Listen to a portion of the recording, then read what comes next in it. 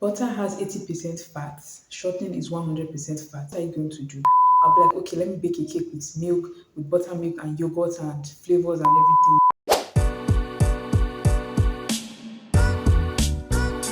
Welcome back to my channel. In this video, I'm going to be introducing you to baking.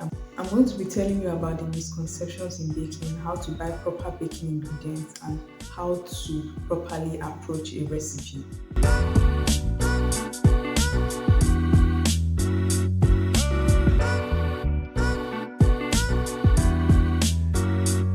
Some people think that starting a baking business and starting a cooking business are basically the same thing. Let's say if you've been running a bakery, if you have a baking business, a pastry business, if you sell it to, like, it's the same thing as selling food, but they are totally different because baking, you have to be very much precise. You have to be very precise. I understand that cooking, you need measurements like a cup of rice or a bowl of rice. This is the amount of spices you use. But in baking, you have to be very much more precise because something as small as baking powder can ruin a cake.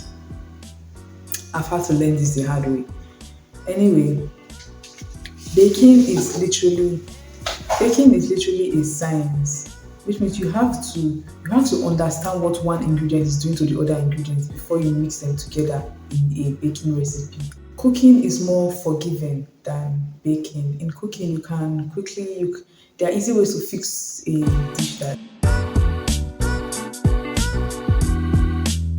I feel like the more professional you get as a baker, the less ingredients you need to make a pastry taste good. When I started out baking, I used to buy a lot of fancy flavors. I used to buy different ingredients. I used to buy different milk, yogurts, like to try out different recipes. And I'll be like, okay, let me bake a cake with milk, with buttermilk and yogurt and flavors and everything. But the cake just just tasted like rainbows with too many unnecessary ingredients. The simplest ingredients can make the best pastries.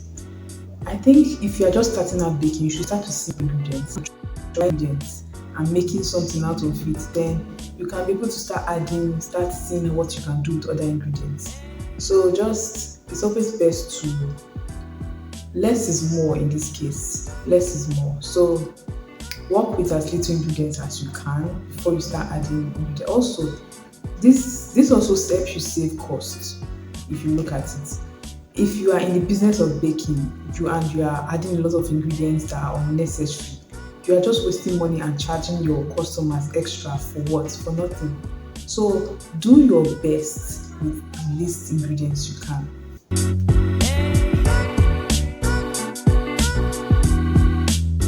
You are only to use cold butter when baking when a recipe calls for cold butter.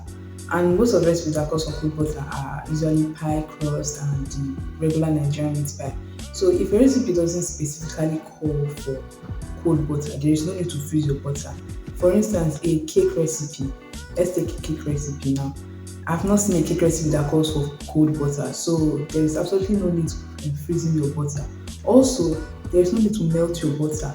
There was a time when I was making pound cake. I used to make pound cake in the past a lot, and at the time I didn't have a mixer, so I had to mix the butter and sugar with my hand, and you have to mix it for a while.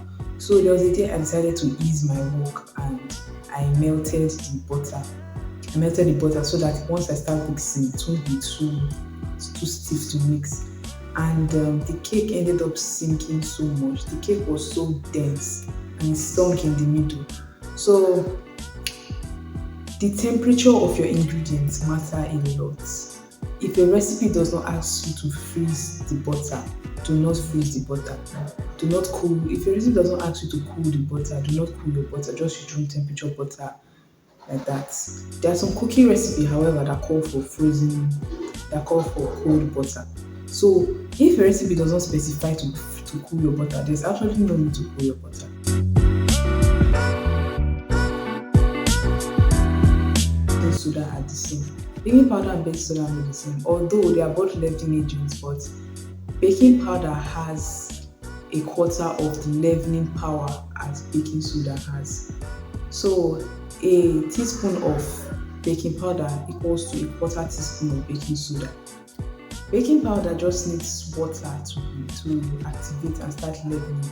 However, baking soda needs an acid to react with, and the most common acids people use to activate their baking soda are apple cider vinegar, vinegar of any kind, and lemon juice.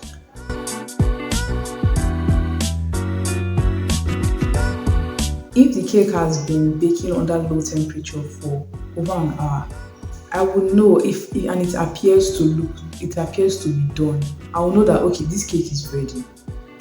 However, that's not always advisable. It's always better to do the cake test by sticking a toothpick or a skewer into the cake to see if it comes out clean. If it comes out clean, then it's ready. This mostly applies to cake. Cookies, however, you can, if your cookies is ready, you can know. You can know if cookies are ready because firstly, cookies don't take that long to bake. So this mostly applies for cakes because cakes can be so deceiving. They can look all ready and plump. If you dip a toothpick in it, turns out it's not ready. And this usually happens with oil-based cake like chocolate cakes and oil-based vanilla cake. So always check with a skewer or a toothpick to see if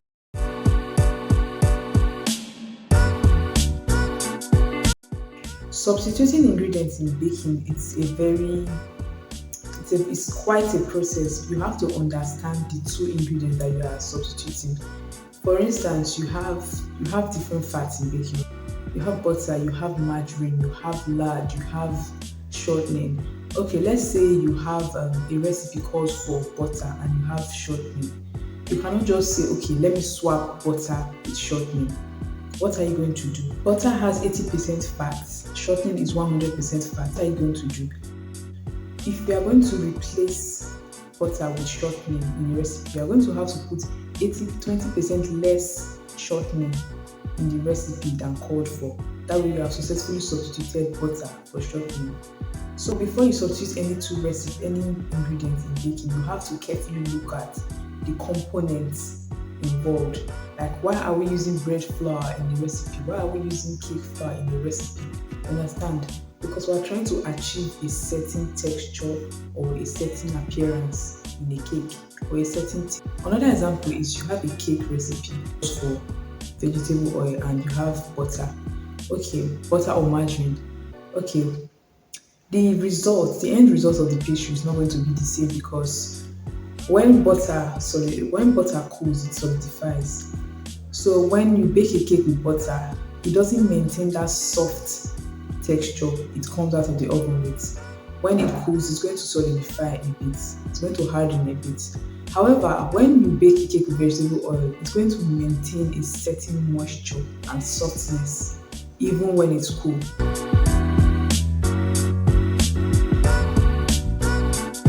You don't need an entire set of piping tips to start baking ceremonial cakes or start designing cakes because you end up not using a lot of them.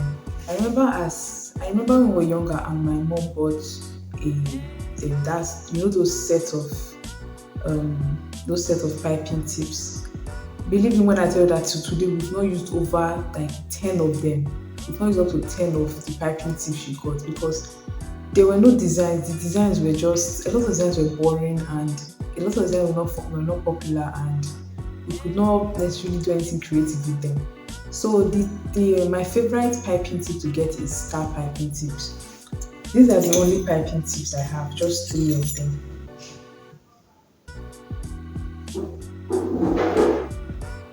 This one, this, and this, and I have used them to design several cakes. I like to use this for churros. I like to use this for churros and for bigger piping designs when baking. Then this is my medium star tip and this is my small star tip. It's a bit tighter than the rest. So these are the only, I have 2 other piping tips, just 5 piping tips I have and they've been serving me well and I don't see myself getting more piping tips in the future. It is really not that deep, they are just piping tips and all you need is a star piping tip and you are good to go.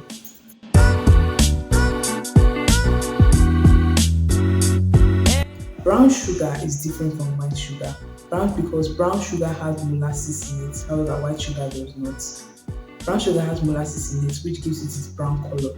Brown sugar contributes its own texture, its own color to a dish. So if a recipe calls for brown butter, there's a reason. So you have to find out why it calls for brown sugar before you switch it with white sugar.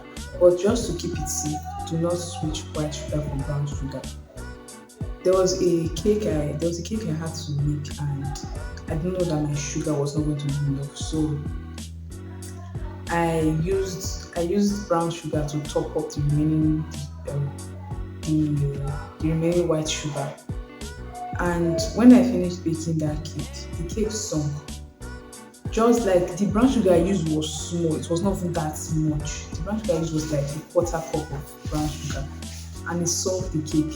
So that's to show that brown sugar and white sugar are not the same. Brown sugar is brown sugar is mostly used for cookies and banana bread. So if your recipe calls for white sugar, use white sugar. If it calls for brown sugar, use brown sugar.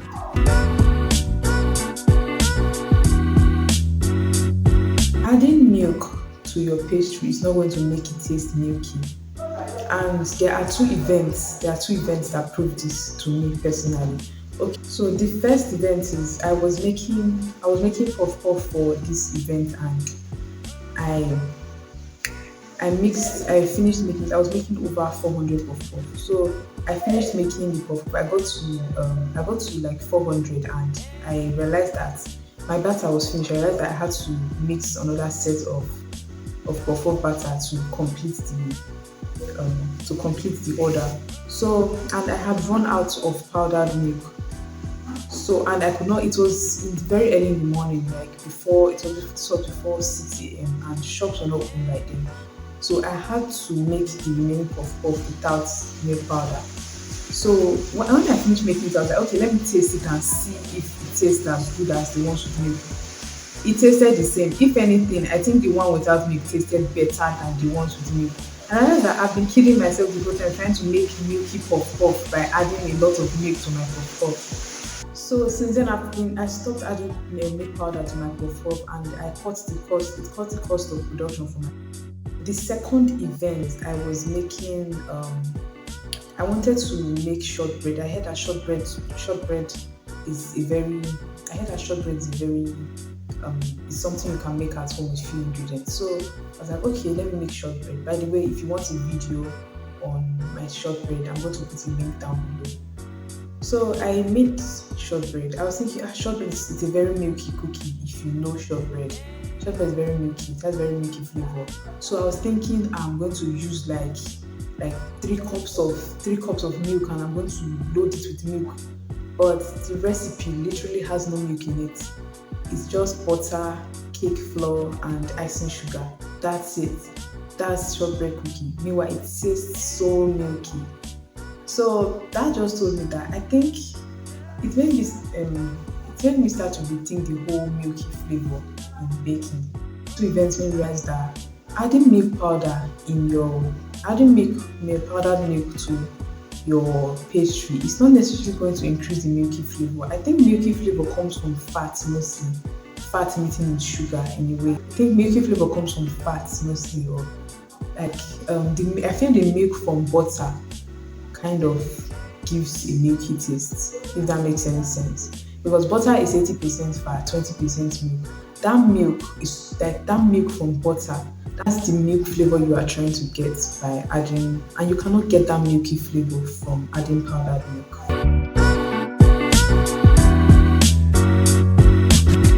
I thought this was just me, but apparently all ovens are different.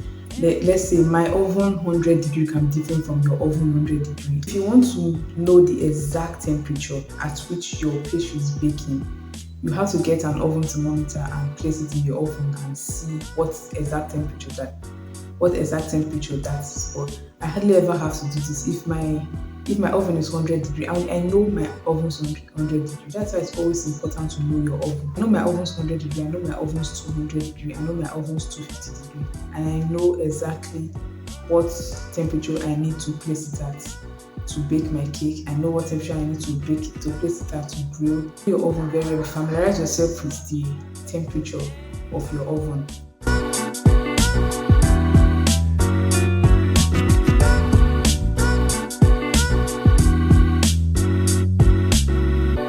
If you go to a baking shop and you tell them that like that's if it's a good baking shop where they care about their customers and what they buy them, and you ask them what I want to buy a food color, I want to buy color for baking.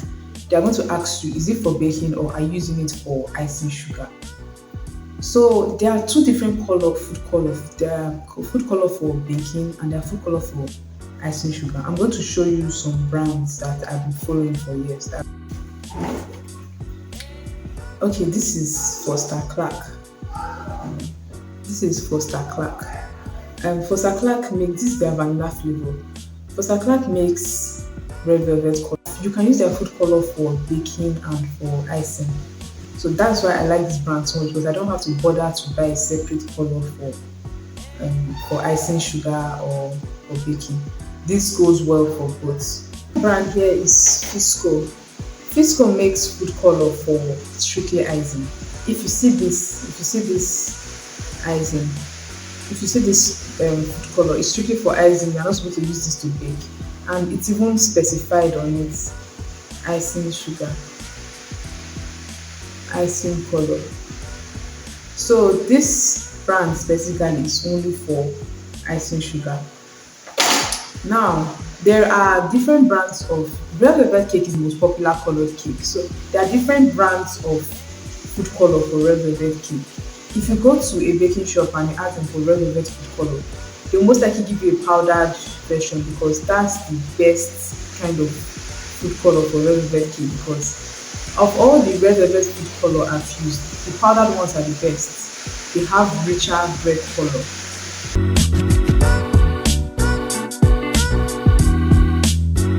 Metallic bench scrapers like this one.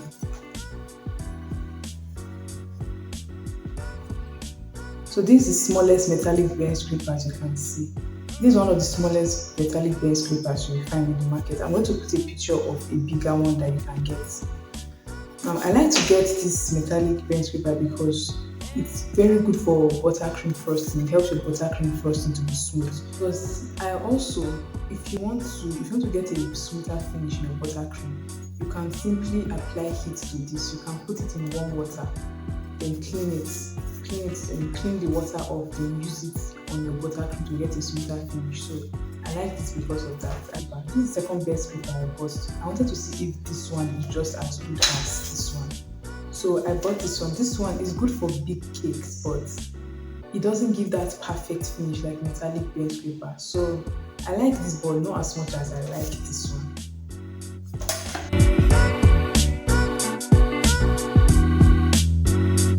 Next tip is to buy proper baking pan. Now I've fallen victim to this. Because when I started baking, I used to see this 3-in-1 baking pan set. I didn't know there was the original and there was a fake. So there was a time I saw one, it was 6-in-1 and it was I think 6,000 naira at the time. So I was like, I'm going to get 6 pans for 6,000 naira, 6 detachable pans for 6,000 naira. They were detachable.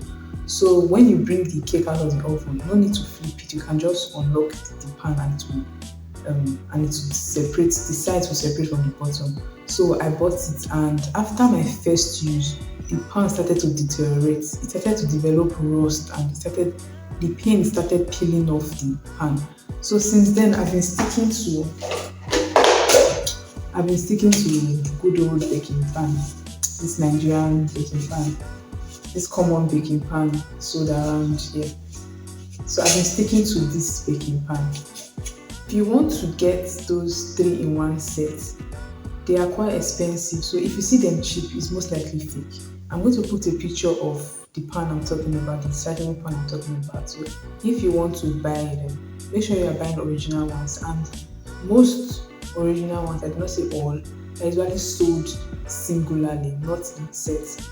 It's a usually maximum of 3, and they usually come in different shapes or one shape.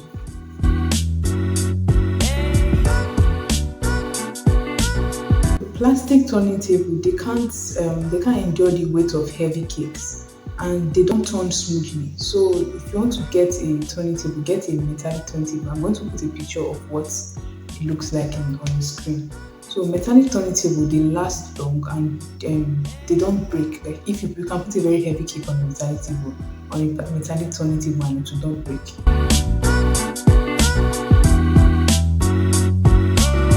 Buy proper baking chocolates. So there are chocolates for eating and there are chocolates that you use to bake.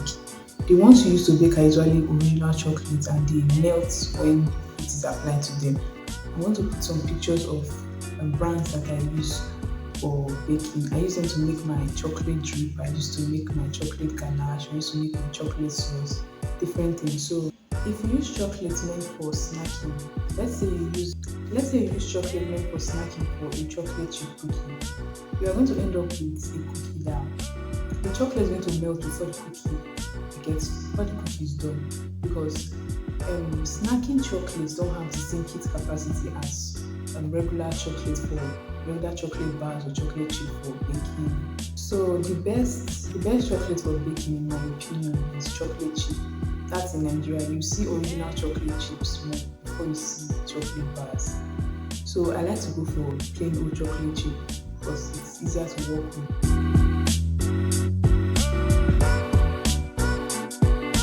When selecting oils to bake, you want to go for oils that don't have any oils that will not contribute their own taste to the pastry. So oils like this are vegetable oils. So the oils I like to use are canola oil and soybean oil. They are the most common oil vegetable oils around. So these are the two best options you have when it comes to baking because they don't bring their own flavor, they don't have their own flavor, they don't contribute any flavor to the pastry.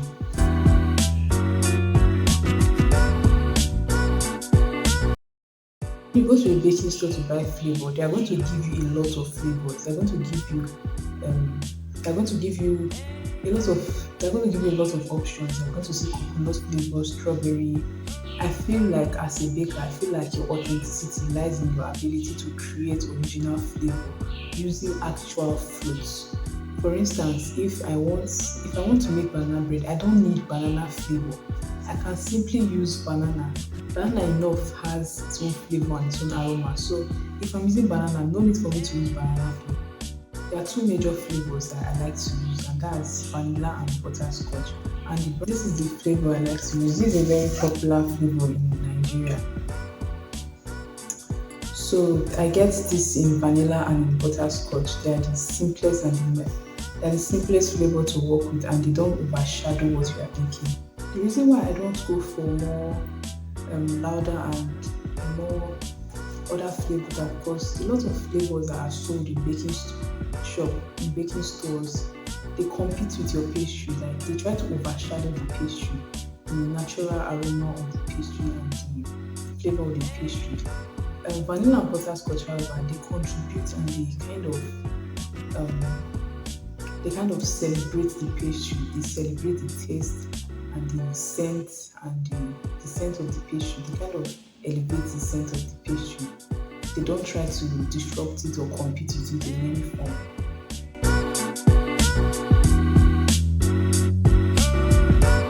The next tip is to buy a silicone baking mat or a parchment paper.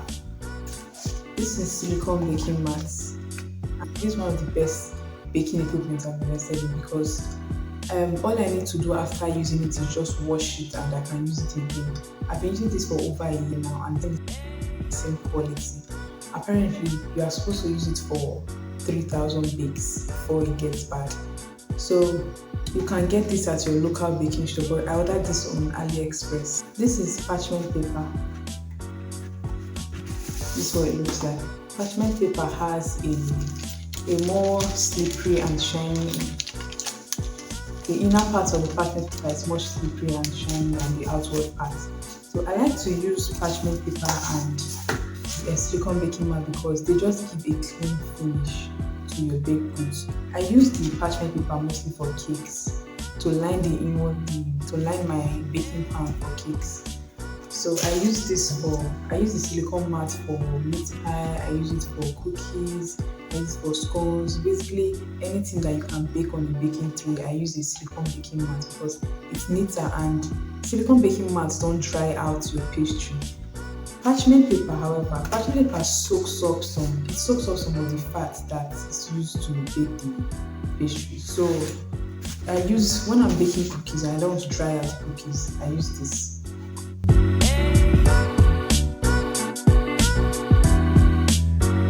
Next I'm going to give you is to buy plastic cookie cutters like this one. Okay, the reason why I like this kind of cookie cutter because they are not deformable. I used to use metallic cookie cutters in the past and they would change form and change shape over time and I kept getting tired of molding them back. So plastic cookie cutters like this and they have been serving me well.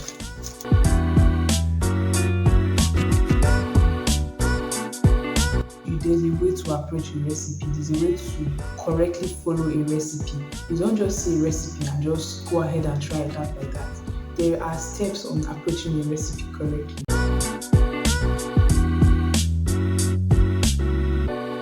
The first thing you're going to do is to thoroughly read through the recipe. By thoroughly read through, I mean familiarize yourself with the terminology.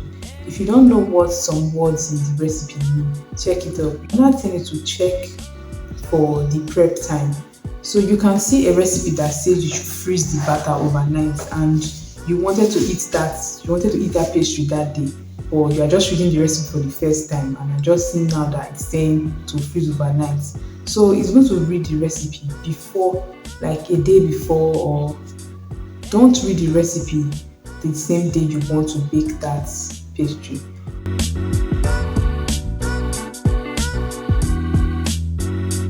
Find out if you have all the ingredients, find out any ingredient that you can substitute and the appropriate substitution. Find out if you have the tools necessary to make the pastry down to the end so that you don't get stuck in the middle. And let's say you are supposed to use a whisk and you don't have a whisk, or you're supposed to use a spatula and you don't have a spatula. So make sure you have all the equipment required to make that pastry.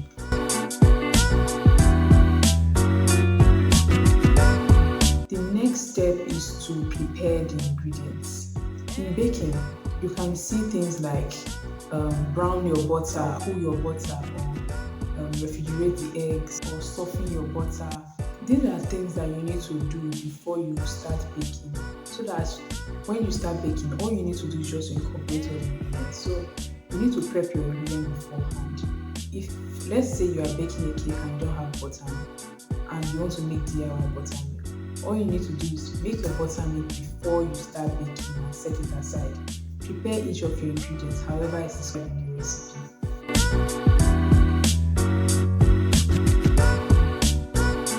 Follow every step that was taken in the recipe. If it says add your wet ingredients to your dry ingredients, do so. If it says add your dry ingredients to your wet ingredients, do so, because these things matter in baking. Know the techniques used. Sometimes you have to there are some batter you're making and you can't whip them, you can't whisk them. Some recipes don't require beating, some recipes don't require whipping, some recipes require just using a spatula to cut and fold the batter. So I used to make this mistake. There was a time when I started making buttercream cakes, then I used to use my hand mixer to whip my buttercream. Note that I use margarine for my buttercream. So my hand mixer was very aggressive. So my buttercream kept having air bubbles, and I was wondering until a fellow baker told me that you are not supposed to use hand mixer for buttercream if you want to get a fine buttercream. What you need to use is a spatula. So since then I've been using a spatula. So I've been following the recipe, but I was using the wrong ingredients.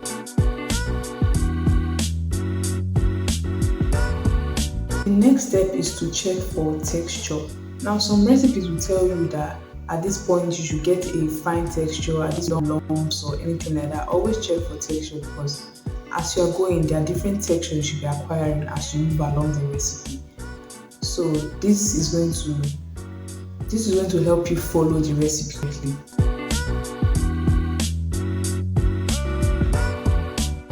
preheat your oven and prepare your baking pan. These are one of the first things I like to do. I like to prepare my pans first because I don't like preparing my pan when I'm done baking. So I like to prepare my pan first. Then when I'm preparing the batter, then I can turn on my oven to heat up for a bit. So preheat your oven and prepare your baking pan or baking tray.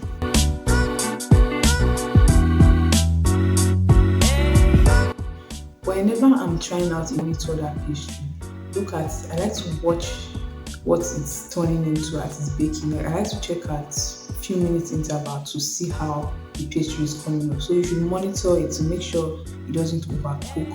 Because when you're trying a recipe for the first time, you don't know what it's going to turn out since you are the baker. This is your first time making, so you don't know how your own version of that pastry is going to turn out. So you have to monitor your pastry as you go as it's baked. While monitoring your pastry is to rotate the pan. So for this is usually for ovens that don't bake uniformly. The heat is more on one side and less on the other side. You have to switch the pan or turn the tray at one point.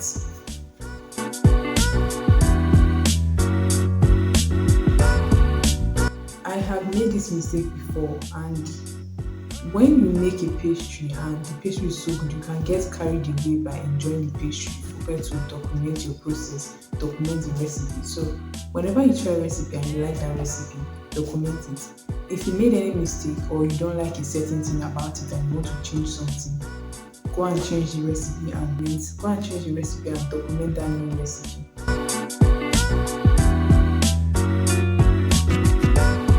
You're done with the recipe and you probably think, you are done with the recipe, you've tried, you are done with it. When you finish baking, the cooling is just as important as the baking process. It's a part of the baking process. So you have to follow the cooling method described in the recipe.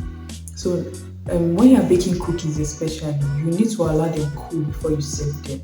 You can literally finish baking a cookie and hold it and it will break in your hand because it has not hardened yet, because cookies contain butter and butter melts when you put it in the oven, and when you take it out it's still soft. So make sure you are cooling your pastries correctly.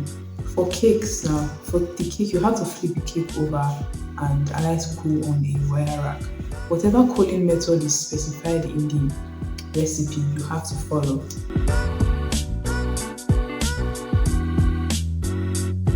The final step I'm going to give is that you should always experiment in baking. As a baker, experimenting is going to take you far. Experimenting is going to teach you a lot. You're going to make a lot of mistakes while experimenting and you're going to learn from them. And you can end up building your own recipe simply by experimenting. Another thing I'm going to say is to be patient in baking. It takes time to become an expert in the craft. It takes a lot of mistakes to become an expert in the craft. So be patient, experiment, and follow guidelines. So we've come to the end of this video. Thank you very much for sticking to the end. Please subscribe to my channel, like and share this video. See you next time.